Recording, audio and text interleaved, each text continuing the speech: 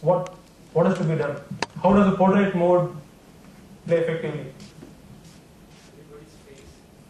Yes. Sharp, yes. It almost senses 35 portraits in a single frame. Do you understand what it does?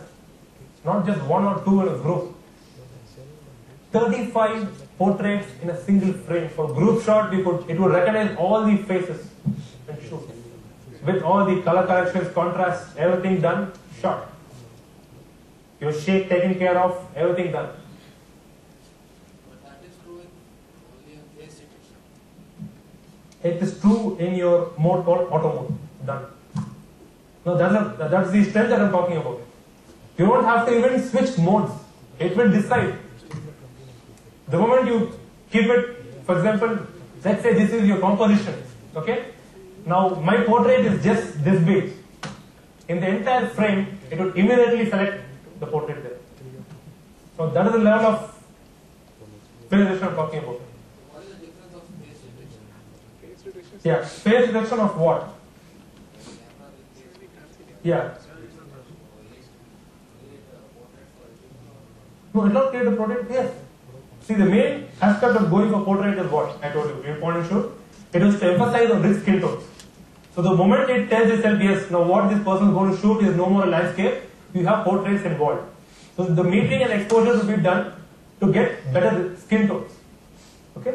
And the next thing is for the shape. You might have people slightly turning around, talking in a group shot. I'm sure not all of them would be still school children. Attention, standing in front of face-facing headmaster. There was going to be people speaking around, turning around. It also recognizes angular faces. I'm talking about almost 110 degrees from your angle from which the camera sees. Can you just imagine what I'm talking about? Even at almost this angle, it will recognize my skin. Now that's a technology embedded with a face detection. That's called advanced face detection. So normal face detection with multiple face detection with this advanced feature. Again, all this stitched and put inside your smart auto or the basic auto which is there. Now that will start detecting different modes and doing all these things by itself.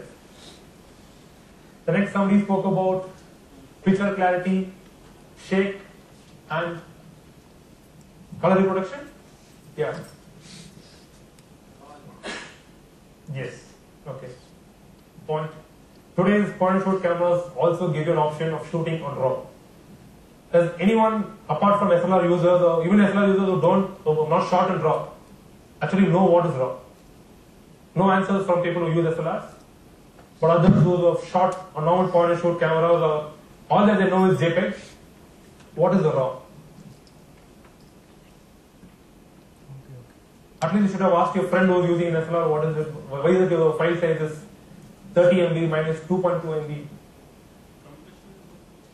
Compression is there? Compression. Yeah. In raw mode, you get actually whatever the data we are getting. Mm-hmm. In JPEG format, you compress the image Yes. so that it reduces size and the number of pixels aligning to the Mm-hmm. the color will always color and based on the pixel you will reduce the number of data. Yes. Precisely what you're doing in JPEG is you are compressing the image real time. Okay? And the moment you're talking about post-processing those, you're trying to touch a pixel which has already been played upon, compressed and given it to you. The moment you touch it will start bleeding. But that's not the case with RAW. But again, what is the size of a RAW? And how can you support the same size on a point and shoot camera? I'm sure not all of us will be carrying 16 GB, 32 GB cards on a point and shoot camera. Most of the point and shoot camera what you all have and would like to buy is a 4 GB max. That's more than enough because on a JPEG you could shoot almost 1000 to 1500 images on a 4 GB card. So how do I mix this limitation with the additional technology? So somebody said RAW is what will give you, a JPEG will not give you. But the problem is the file size. So they mix these two features, compress the JPEG, compress the RAW, a smaller version of a RAW with the file size of a JPEG will definitely start reproducing better data. Data, it could be color, it could be form, it could be line, it could be texture, it could be any digital data which is going to capture. So there your problem is solved. And next thing is the sensor which is coming. So somebody spoke about capturing, and was it you who spoke about capturing? Yeah, no, okay. The film, those days which used to come. For any camera, it would be 3 elements. I'm sure most of the SLR users would know. The first basic element is an optical element, which is the lens. Next thing is the capturing medium. It could be a slide or transparency or a film or the sensor or anything henceforth. And next is mechanical body itself. Okay. So this capturing medium, which is going to be a digital sensor today on your point and shoot cameras as well as your SLR, is what is going to do the magic. On what? On doing your true color reproductions, handling the basic raw, but still keeping it at the right file size. Okay? Have you faced the problems with batteries?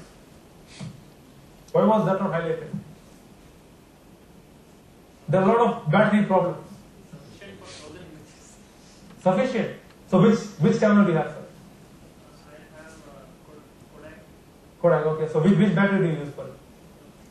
No, it's a normal, not a AA battery. Not a AA. Okay.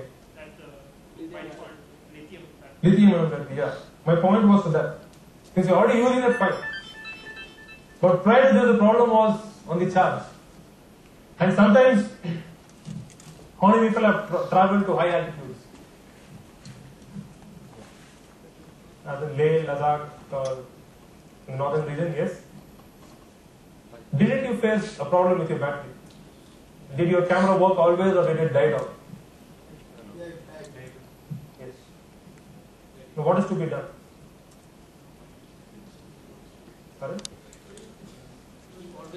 You are into the software development? Yeah, you do your testing, UAT, SAT and all that stuff? Yeah. So why do you do that? During your live production, there should be no problems with bugs or fixes, whatever comes.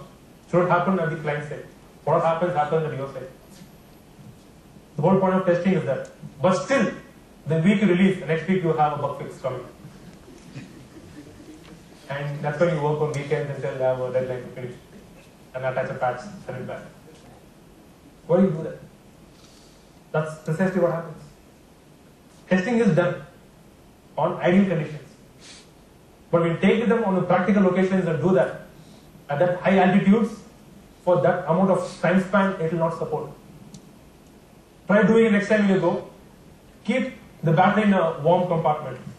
If you're wearing a nice double-layered jacket, keep it in the pockets. Take it off after half an hour, it will work for next 5 minutes.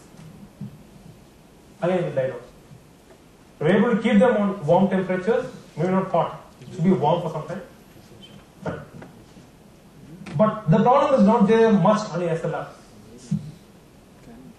What's the magic? Is that the battery that they use is something magical and out of the world? What is that SLR is able to do which a point and shoot is not? It is dying down. People can shoot images anywhere, any altitude and keep in SLR. I'm talking about advanced SLR, not again a basic SLR, which is a substitute for a good point and shoot. No.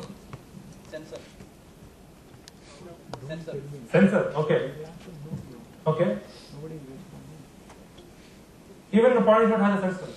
No, but I think most of the point and shoot has a CCD sensor, I think. Okay. I'm a little confused. Maybe CMOS sensor uses draws very less power from battery. Okay. No, you're talking about power consumption. Fine, yeah. Maybe you cannot keep it for a long time, it would dry down fast. But there's something else that is important. Now, do you mean to say that CMOS will not operate at high altitudes or low altitudes? So it will operate. Weatherproof. Sensors are not made for weatherproof. Something else is what is being made for weatherproof. Yes. Camera body. Now, why can't all weatherproof body be done for point and shoot camera? Why can't you expect all the security which is there on a BMW or Rolls Royce or on a Maruti 800?